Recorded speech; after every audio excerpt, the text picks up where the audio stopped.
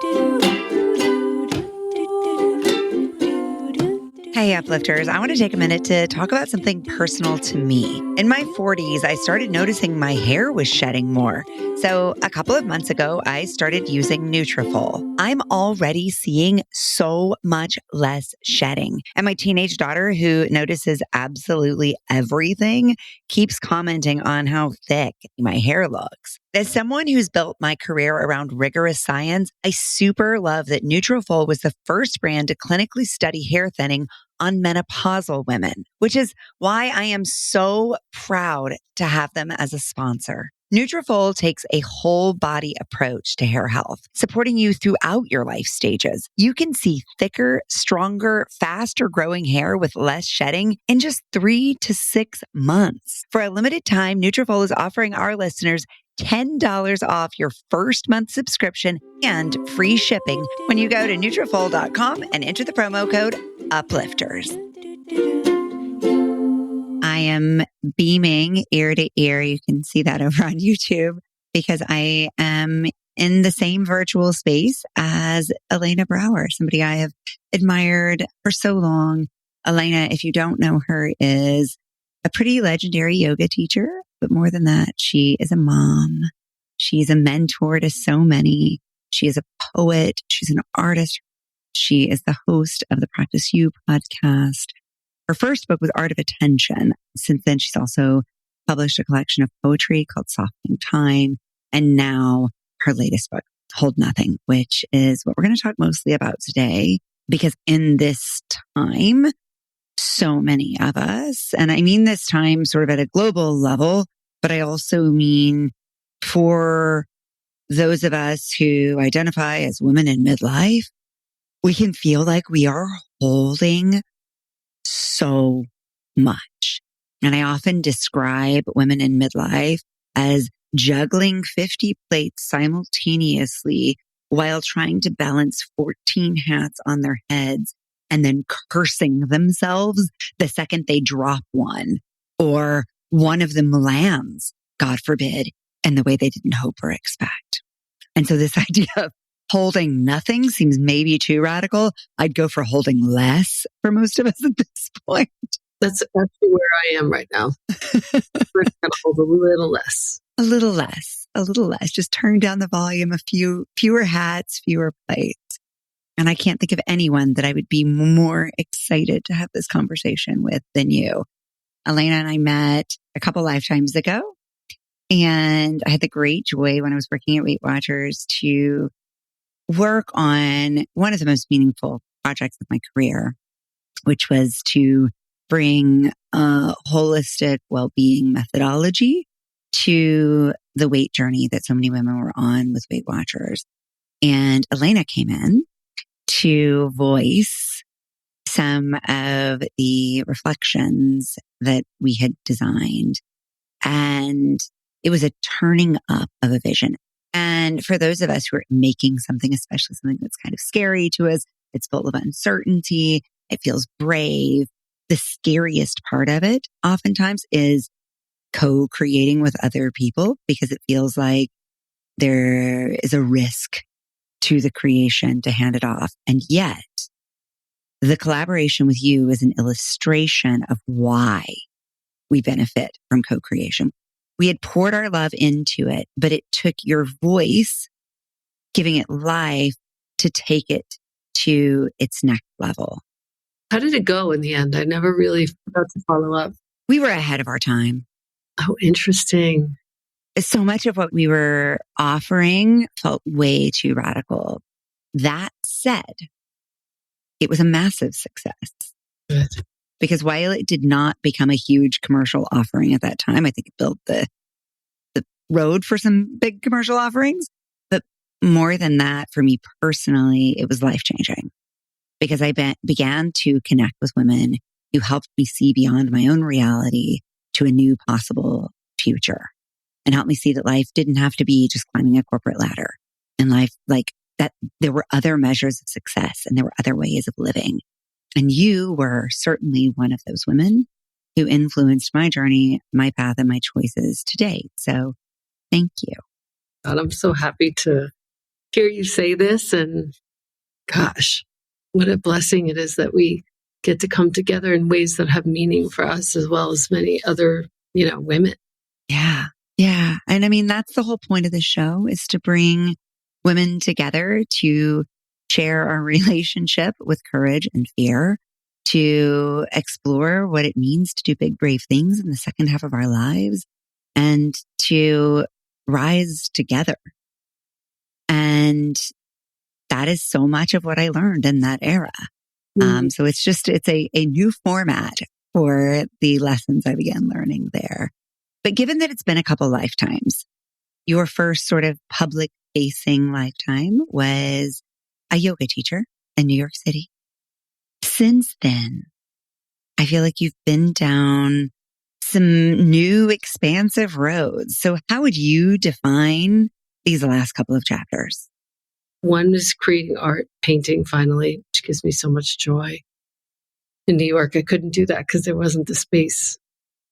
But now I can make bigger work. And do you mean that physically or? Both. Physically and kind of energetically. Yeah. Like keeping up with an elementary school schedule for my son. Now this is 6 years later, he's now in his second year of college. Incredible. Yeah, it's very fun. Fun also to walk around the house naked again. Yeah, that's a cool thought. Pretty great. I'm writing that down now on my list of advantages. It's a good one. To this scary thing of saying farewell to my kids as they go to college, but also to the list of advantages of aging. Yeah. How old are they? There are more opportunities to walk around naked, 17 and 14. So I've got a couple years with one of them, but we're in our last year with the 17-year-olds. Yeah. Well, that's one great advantage. There are a few. I don't have to put so much of my thought there. Yeah. You know what I mean? And it's kind of a freeing. We'll talk when they leave. Thank you. Happy to be there for you. Please reach out. Thank you. I'm going to need lots of mother mentors in that phase, I think. Yeah. What I found, I began sort of grieving and facing it many months before. Mm. And because I did that when it happened, I was able to be like very present and write about it. There's a nice one on my Substack called 2 More Weeks. Oh, so beautiful. And I really like that piece, actually. Proud of that. And it was nice to just be able to be present in a deep way. Sounds like you'd readied yourself for it. Yeah. It's a good plan to always get a little ready. And then what are some of the other directions? I guess chaplaincy and Zen. Mm-hmm. Yeah. When I moved here in 2020, I found Upaya Zen Center, started studying online because they were closed for the pandemic. But, I'm very much a Zen student and now a candidate for chaplaincy, although I don't know that I'll go all the way to becoming a formal accredited chaplain, but I'm really glad I've done these 2 very intense years of study and volunteering to be prepared for that if I do want to follow that path. The volunteering I will continue for as long as I'm alive. I really enjoy it. And the practice has given me a lot of peace in my body and in my mind, a very trustworthy being. And that I didn't have before. Yeah. And aside from that, more just strength training my body, strength training my mind, strength overall. And more kind of feeding precisely what I want to feed rather than the schedule of New York. Mm-hmm. Yeah. Mm-hmm. Fewer commitments, more margins with which to choose. Totally. Yeah. How long have you been in Santa Fe? For 5.5 years now. Does it feel like home? Mm-hmm. Does it feel like art and Santa Fe are merged? It's so funny because I didn't realize what a haven for art this place actually is. It's such a priority, even in the commerce of this town, which is not a big town. Mm. Canyon Road is dedicated mostly to art. I had no idea about that at the time, but when we finally walked Canyon Road, it was many months after we moved here because of COVID. We were just like in our own little bubbles, but we did a lot of hiking. And when I got to Canyon Road, I was like, oh my God, this place is an art mecca. I didn't actually know that. And then I started to really paint. And James, bless him, my partner, he always comes back when he goes shopping for supplies of any kind, really. He comes back with a canvas. Ah. And now I have a gallery here that is, she features my art maybe once or twice a year, very generously, and has sold some pieces. And I sell my prints online, which is very sweet.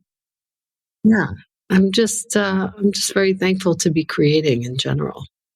Is this opportunity to invest your energy and your time where you choose, as opposed to where maybe you feel expected or obligated? How is that linked to your relationship to aging? Recently, I'm realizing that getting older has to be about slowing down, not because there's some lack of physical capacity, but because if I don't slow down, life just gets more and more truncated and hasty. What I'm finding is I feel like I have longer days when I move more slowly. It's so paradoxical. But one of my friends, one of my very wise friends, told me to buy this book recently, The Waste Books by Georg Lichtenberg. And I was in the tub and I found this morning. Page 31 from Notebook C. It's in 1772. Never before had a mind come to a more majestic halt. These are just like a series of aphorisms. Everything else was, unrelated and wonderful. I have seen that this one is actually related. I have seen that fervent ambition and mistrustfulness always go together. How interesting is that? Placed side by side with what you said about the influence of Buddhism in your life, that it created a greater sense of trust. I know, it's really weird. The one about mistrustfulness and ambition was a few years prior to that in Notebook B. Then the majestic halt was in Notebook C.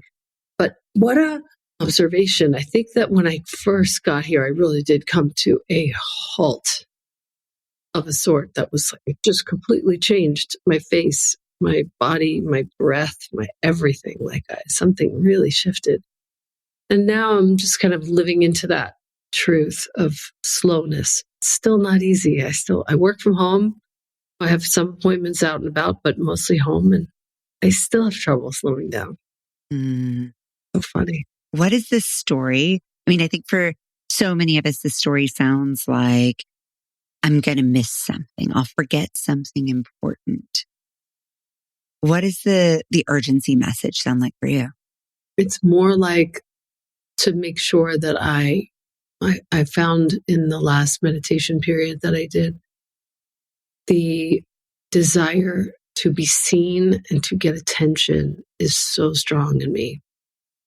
And really working my way out of that kind of, I don't want to say I feel ashamed about it. It's very human, but it's not doing anyone any good for me to be grasping for that sort of thing. So do my work, stop doing my work at 5 o'clock, go to sleep, rest, walk.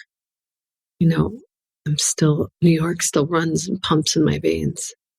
It's an unlearning, I imagine. It's interesting too that you bring that up because I journaled on that very thing this morning because I posted yesterday a picture of my grandmother at 90 dancing after a 5K she had won. And someone said in a very well-meaning way, their perception of it, they said, I always loved watching Rosie dance because she danced like no one was watching. And I was like, oh no, actually you missed the whole point.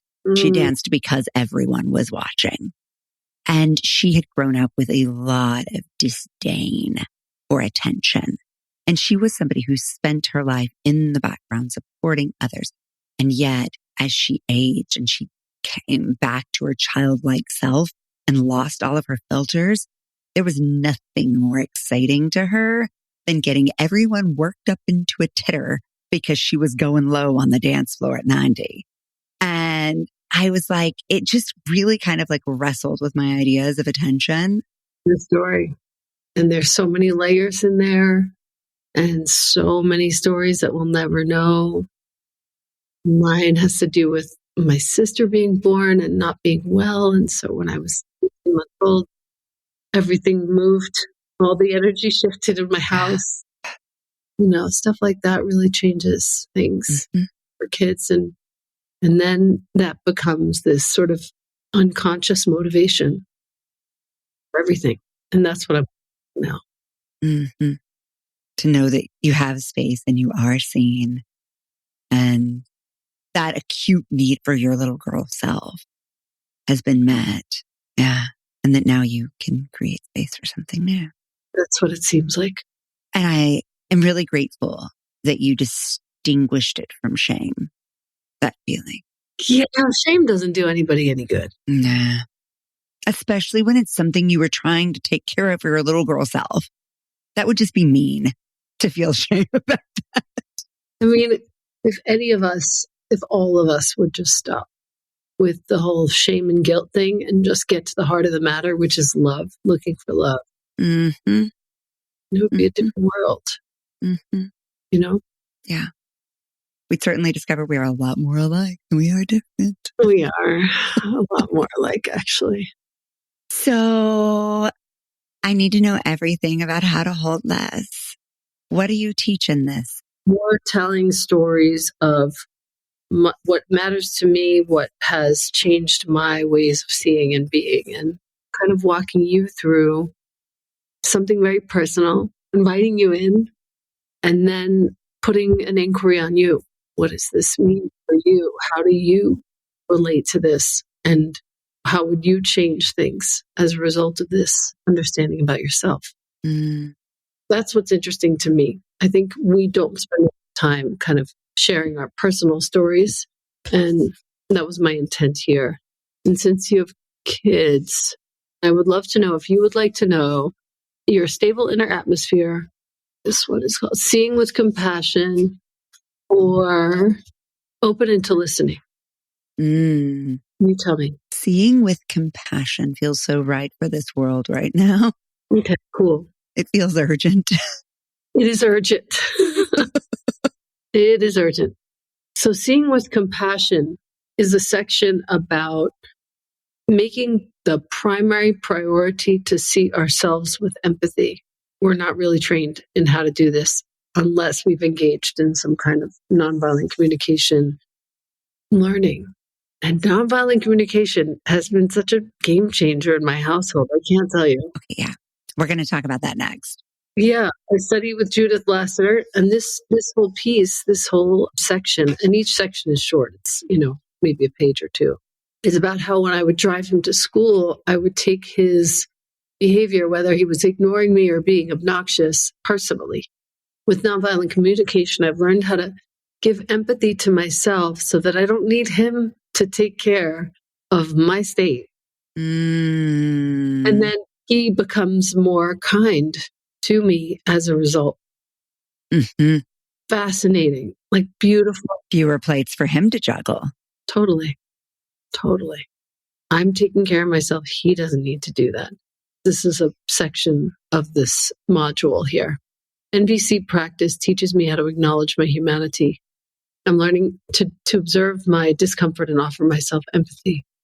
Pairing this with my nascent experiences and sitting zazen helps, that's just meditation, helps me to identify new peaceful pathways in the presence of swirling emotions. I can make an observation, determine what I'm feeling, ascertain what need isn't being met, and offer myself empathy. That's all the kid needs. Like the kid doesn't need me to foist my pain onto him or my insecurity. He just needs me to be a solid, steady presence in the car, whether he's having a great mood or a really shitty one. So that section is really cool. And you are the kid. Yeah. Because you need that too, that honoring. That's right. Yeah. I stopped needing to be somehow in perfect connection on this car ride today. And I'm just driving him to school. Yeah. This was back when he was 13. Yeah. It's the expectation. Totally. It's a nice section for folks who have never explored MVC because it's very super simple and short. And it changes the way things look and feel around, particularly with the people closest to you. And I felt like I have used NVC with my clients. We've never talked about it on this podcast. So can you explain just the basic question structure for folks as an introduction? Yeah. So Judith Hansen-Lassner is my teacher of NVC. And her primary and first priority is learning how to give empathy to ourselves, which is really sweet. Mm-hmm. 4 steps to that. I just went over that loosely, but observation, when I noticed that you were being silent, whatever, it's an observation. It's not like a judgment. The car was green, the light turned red, facts, snapshot, picture. Mm-hmm. When that happened, I felt, and then listing maybe 3 to 5 feelings: sad, frustrated, I don't know, hurt. And then needs, third step, my needs for connection, respect, safety, love were not met. And before we get into any communication with another human at all, it's how human of me to feel this way. And the whole thing happens internally. Not something I'm saying out loud. And suddenly, what I thought I needed from somebody else, see me, acknowledge me, feel bad for me, becomes something I can give to myself. And it's such a quiet that comes over me when I can do this. So there's that. When it involves another person, so let's say, for example, if I was going to talk to Jonah about something egregious that maybe he said in the car. And Jonah's your son, right? Yes, what has happened. Back when he was 13 or 14, I would say, hey, Jonah, when you said those words, I felt sad, frustrated, and kind of lonely. My need for kindness and respect and mutuality, those needs weren't met. And my request is that the next time you're feeling this way, that you either say nothing or let me know that you're feeling this way so that I can just not speak and let you have your These exact words have been said several times. And now he is so respectful and totally gets it. If he's having a rough time, he'll be like, Mom, I'm just having a rough time. It's better we don't talk. That's cool. Totally cool. Yeah. I think so often the tension with kids is that we want them to talk when we want them to talk and to not talk when we want them to not talk.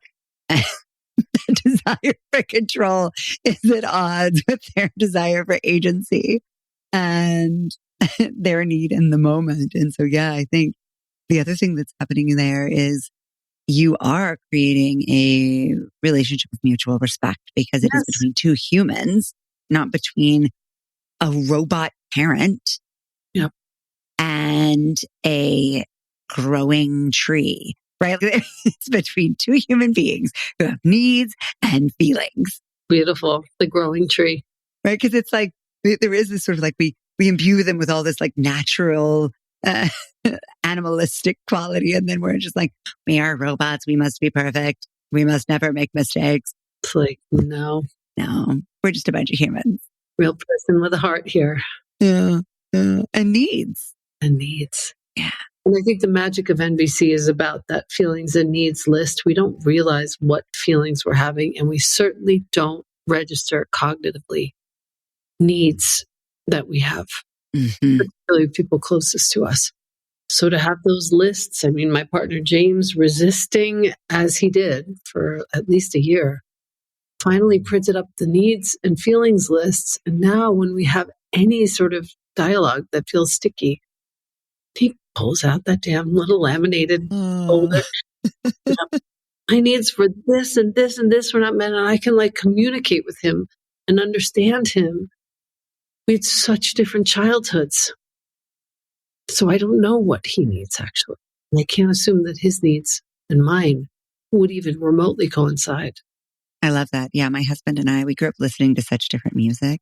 It's like, I mean, even though we're basically the same age, you would never know it because we were in such different musical worlds. And our childhoods are very different. And so, of course, I don't know his musical references any more than I know his expectations of family. And so I've learned a lot about his musical taste. Totally. and his idea of family and vice versa. Mhm.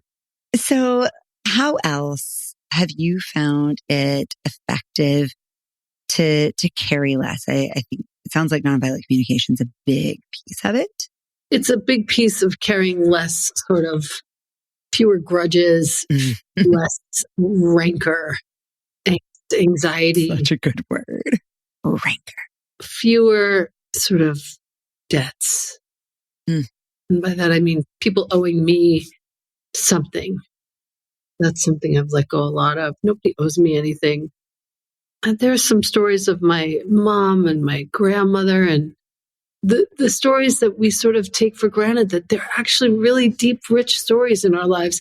We forget that that happened. Mm. And it really changed us.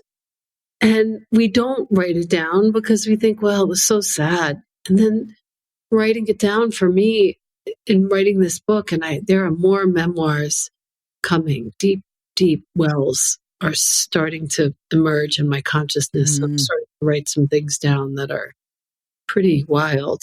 And these things are ways to retroactively, I feel, process difficulty without steeping ourselves in it, but in fact, surrender kind of the healing of it. And that's what this book has shown me. It's like, it's kind of dipping my toe into a few of these healings that I really needed. There are deeper ones to come. I know this. I know it to be true. I love that answer because it reminds me that while every person will not write a memoir, No, we all benefit. I mean, everybody could write a memoir, and I've heard it said that everyone should write a memoir at some point, even if no one else reads it.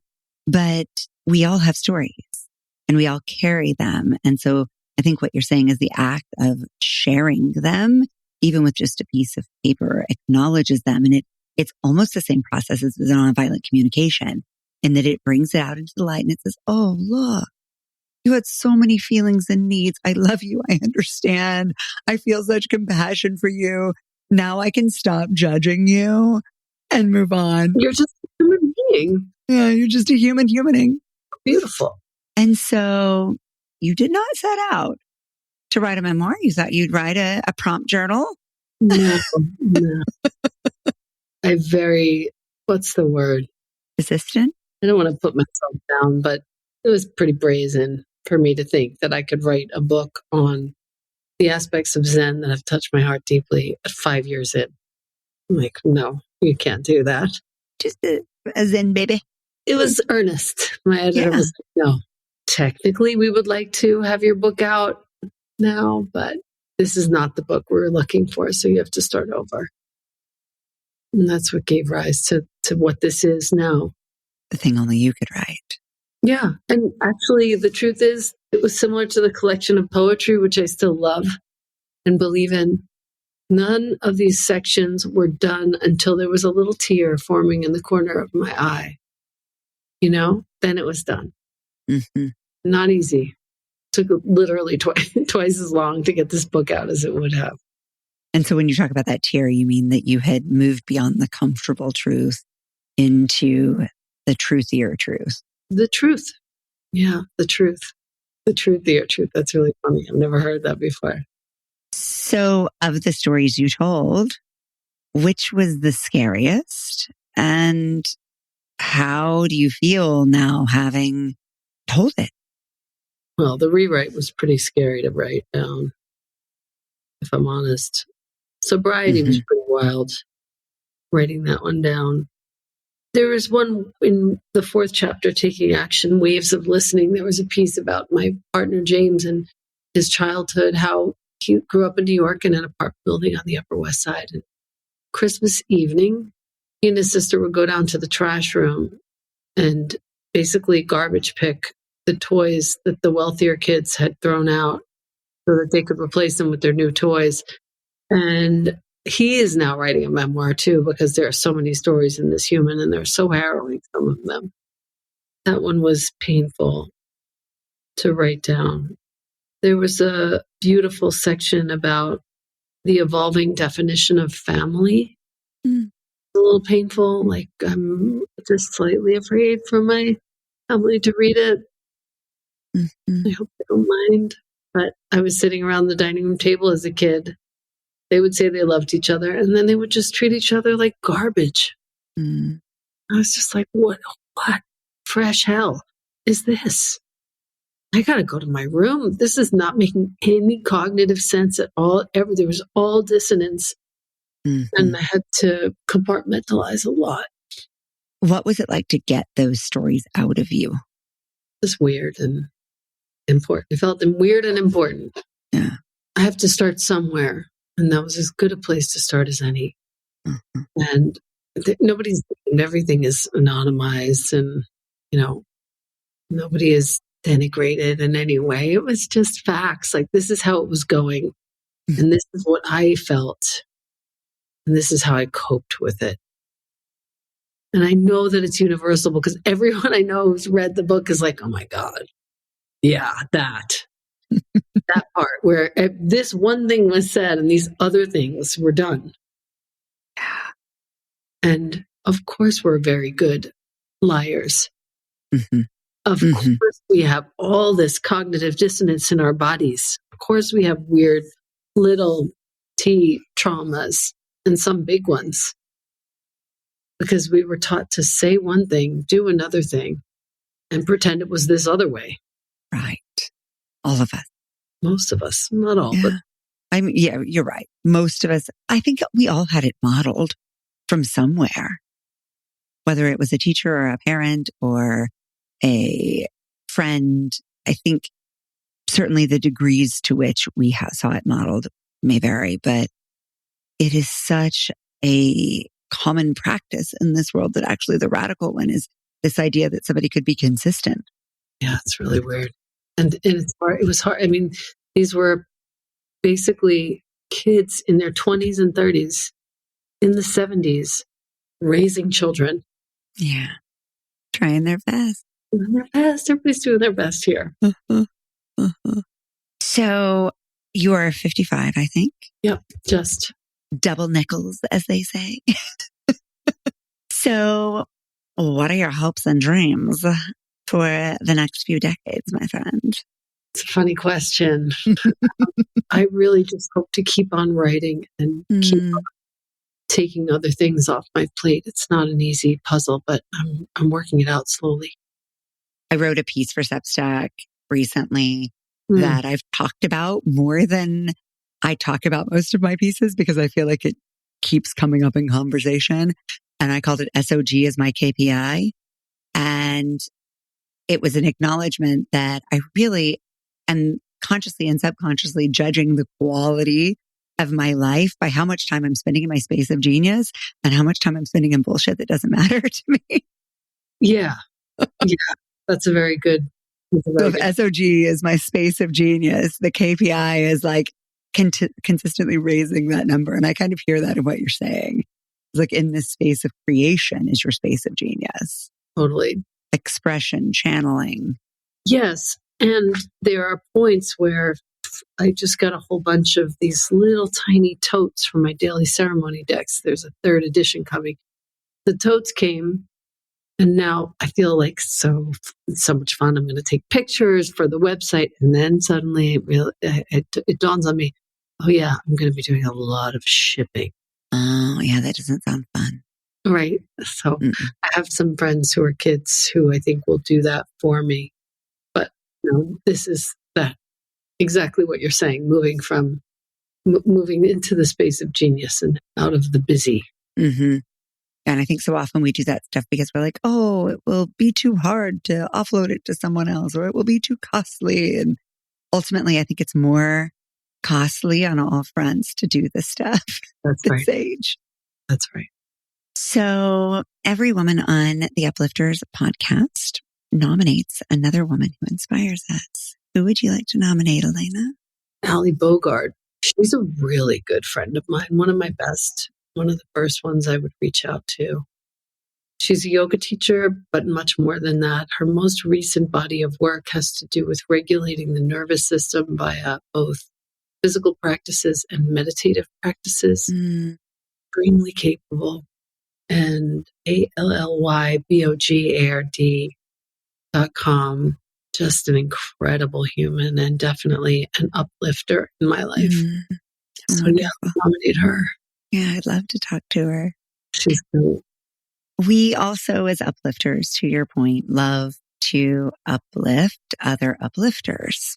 So how can we support you getting your work into the world right now, Elena? Goodness knows we could all stand to hold less. Yeah, it's all I know is this is the only work I've got. I just have to stop adding things to the plate and keep taking them off and keep the people around me who encourage me to do that, not the ones who want me to do more. Mm-hmm. Mm-hmm. So that's becoming a bit of a filter there. It's a bit of a filter, yeah. Yeah. Well, it was really great to see you. Oh, so much love. Thank you for being here with us today. Yeah, I really appreciate the time and thank you for sharing the book. Absolutely. Am I going to see you? Where are you located now? I'm in New York still, ish. Well, on November 20th, I'll be at the Strand with Young Pueblo. Oh, lovely. Yes. Yes, I will definitely be there. If you go to my site, okay, you'll see the tour dates there. And I would get that ticket quickly because I know that a lot of people just went on to do it and I'm concerned that they might sell out. Okay, great. Yeah. Well, I'll go look at that right now and we'll be sure to share the tour schedule in the show notes so that other folks can find you. And go read this book and then we'll all talk to each other about it. Amazing. I'm really excited to explore the prompts in there. And I think I, like so many of the folks who listen, I get to spend my days supporting others and holding space for them. And so books like yours are just a real invitation for me to take care of myself and to feel held by other people's words and stories. So I look forward to carving that out. Thank you so much. Thank you for listening to the Uplifters podcast. If you're getting a boost from these episodes, please share them with the uplifters in your life and then join us in conversation over at the uplifterspodcast.com. Head over to Spotify, Apple Podcast, or wherever you get your podcast and follow, and rate our show. It'll really help us connect with more uplifters and it'll ensure you never miss one of these beautiful stories. Mwah! Big love. Painted water sunshine with rosemary and thyme. Dwell in the perplexing, though you find it vexing. Toss a star and hover, be your own best lover. Relish in a new prime, plant a tree in springtime. Dance with idle hindsight, bring the sun to twilight. Lift you up, whoa. Lift you up, whoa. Lift you up, whoa. Lift you up. Lift you up, whoa. Lift you up, whoa. Lift you up, whoa. Lift you up.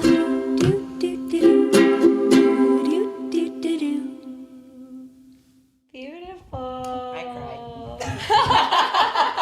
It's that little thing you did with your voice. Right, in the pre-chorus, right? I was like... Mommy, I had to cry quietly. Mommy, stop crying. You're disturbing the peace.